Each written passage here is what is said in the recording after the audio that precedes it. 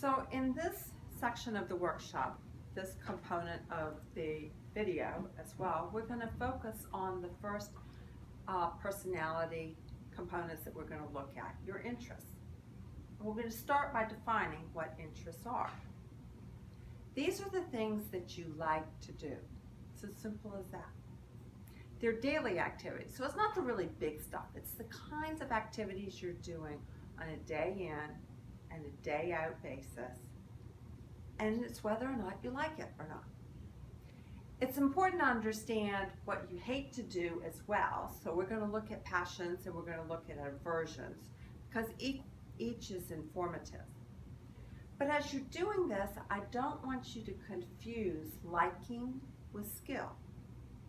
It is often true that we are good at the things that we like to do because we have spent time doing them. We practice, we've gotten good at it. But skill and liking are not the same thing. You may like music very, very much, but you can't sing or play a note. It still means that music is important or an interest for you. So, following the no, test, go process, we're going to start with a couple of ways that you can develop that kernel, that little kernel of information about you that constitutes your interests. Now, the thing that's important to remember about this is that you are the best source of this information. Even if you're taking a personality assessment, you are likely scoring things high or low, saying you like it or you don't like it, or comparing various things and saying you like one better than you like the other. You are the best source of this information. So you can easily just sit down and journal about this. You can look at the times that you were the happiest and look at what you were doing. What are the kinds of activities that you were engaged with when you were doing that? Or you can do what we're going to do in this workshop just to get us started and to get us practicing with this. We can do a quick test. So what I'm going to ask you to do in this quick test is to score several items, 10 to be exact, on a scale of 1 to 10, with 1 being I hate it and 10 being I love it. Then for each item that you score a 7 or higher, I'm going to get you to label that as a passion. And for each item that you score 3 or lower, we're going to label that as an aversion. Now, for those of you that are working on this via video, I suggest that what you do now is go get the handouts, because it's going to be a whole lot easier to see that on the handout than it will be in the video. Those of you that are in this room will be able to see it okay, but you also have handouts that you can work on this. So for this quick test, I have taken the 10 categories. They actually happen to be the 10 categories that are actually measured by the Berkman instrument. That's the instrument that I told you about previously that I used to get clear about what my interests, strengths, and needs are. So this will not be as accurate as a validated instrument like Berkman, but it'll get you thinking in the right direction. So I'm going to go through each category briefly, but the description of the category is in the second column. So you can read that description and you can say on a score of 1 to 10, how well does that describe me? If it describes you really well, you label it, you scored a 10. If it scores you not so well, or really poorly, you label it as a 1, or anywhere in between. So let's talk about what those categories are. So scientific has to do with being interested in the theory behind the way things are. If you find yourself asking why a lot, you may be very high in this dimension of interest. On the other hand, mechanical has to do with how things work, and it has to do with whether or not you're interested in that. It also tends to be a good indicator of whether or not you like to do things with your hands or not. Musical, I talked about that previously, is really an interest and focus on sound and typically music.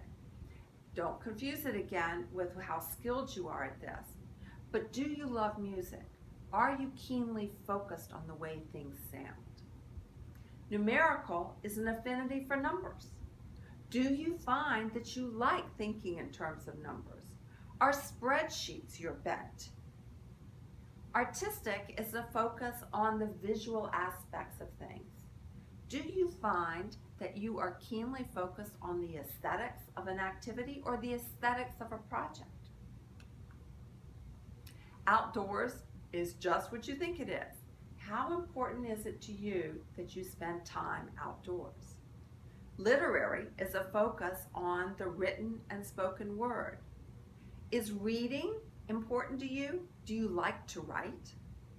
Process and systems is a focus on or an interest in creating order and structure. It is having a keen sense of interest in the process around how work gets done. Persuasive, you might think of as selling. Do you like to persuade other people?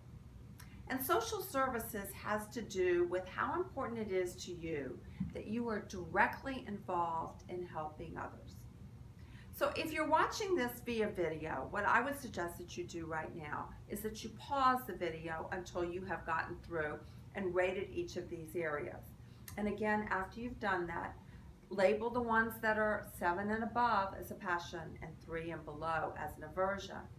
And when we're going to pause here as well, and when the group in this room is done, then we'll pick back up with the video.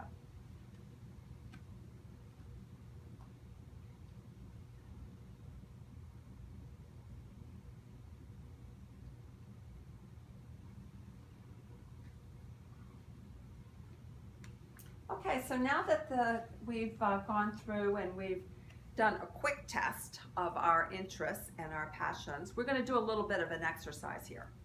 This is beginning to get us into the test step of the No Test Go process. But the reason it's not a full test is because you're not likely to know your partner too well. And in the test stage of the No Test Go, I usually ask you to test it with someone who knows you well. But we're going to get into it and we're going to play around with it a little bit here. You have some chocolates on your desk, and what I want you to do is to share with your partner how you assessed one of the roles that you identified previously in the introduction section of the workshop, in terms of how well you're able to pursue your passions and avoid your aversions. And then I want you to ask your partner for one idea on how you can increase pursuit of passions and minimize aversions.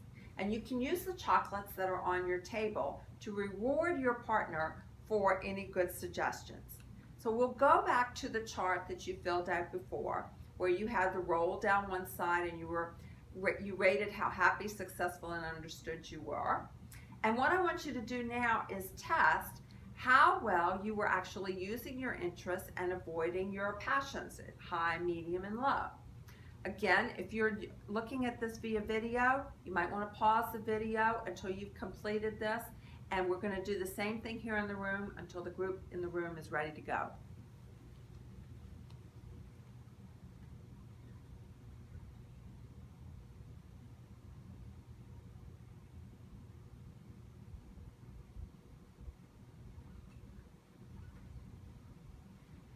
Okay, in a true test phase, I would ask you to test with someone who knows you well, as you will see here. Someone who knows you well, when they thought you were the happiest.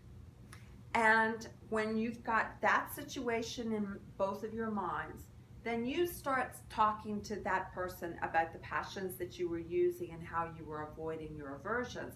And you would see if your coach or your partner who knows you well agrees with you.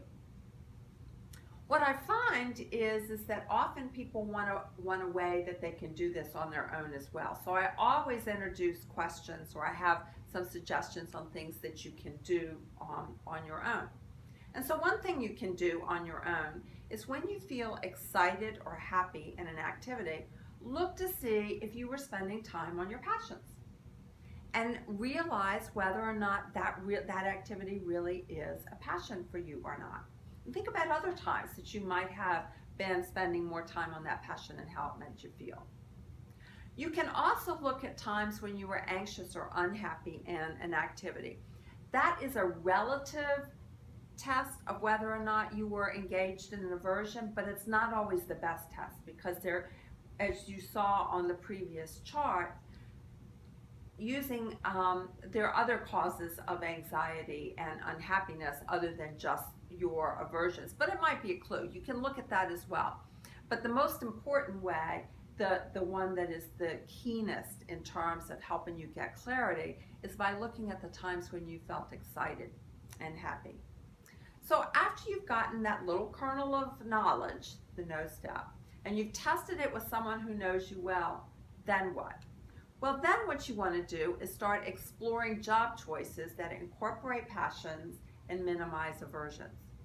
Now, it does not necessarily mean that you need to change jobs.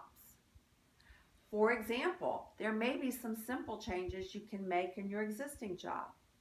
Let's suppose that outdoor activity is really high for you. And let's suppose that you have an indoor job. So what are some things that you can do to satisfy that outdoor component, that outdoor interest, even in the context of your existing job? Well, you might be able to move your desk closer to a window. You might be able to have lunch outside. You might be able to spend more of your leisure time making sure that you're outside. You can do what my brother's coach got him to do.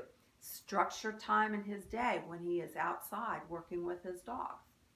So there are probably simple things that you can do in your existing job to make real improvements in the use and ability to satisfy your interests and avoid your aversions.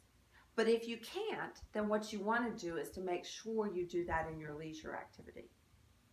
If you're looking for a job, then what you want to do is start investigating those jobs that will allow you to use more of your interests and less of your aversions. And there are two ways that you can do that.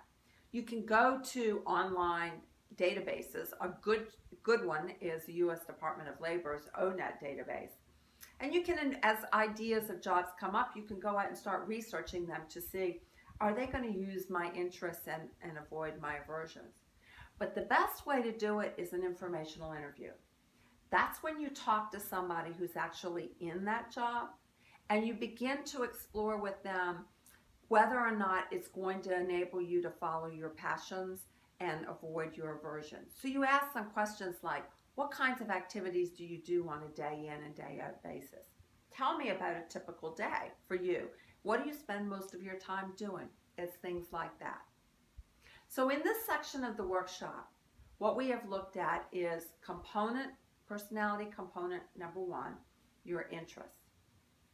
And we've gone through the know, test, go process. What we're going to do in the next section is do the very same thing with your strengths. So we'll pause for a minute and come back and deal with that.